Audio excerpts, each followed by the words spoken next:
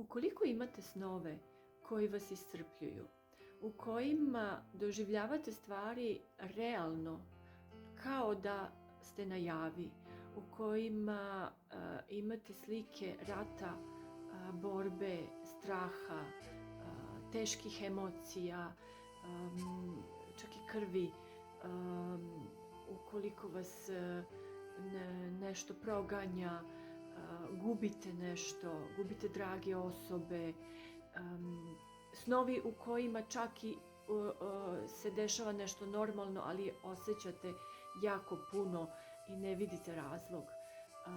To su snovi, srećom postoje trenutno, da nas oslobađaju od naših traumatičnih emocija i svih tih niskofrekventnih osjećanja koje smo negde zaglavili u našem telu.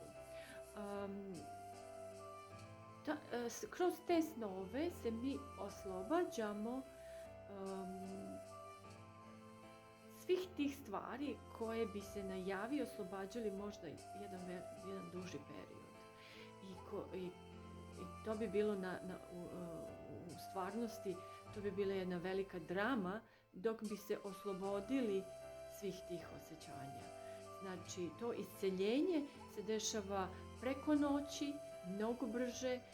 Budite zahvalni što ih imate i budite srećni jer ste se sigurno oslobodili mnogo toga u jednom snu, u jednoj noći.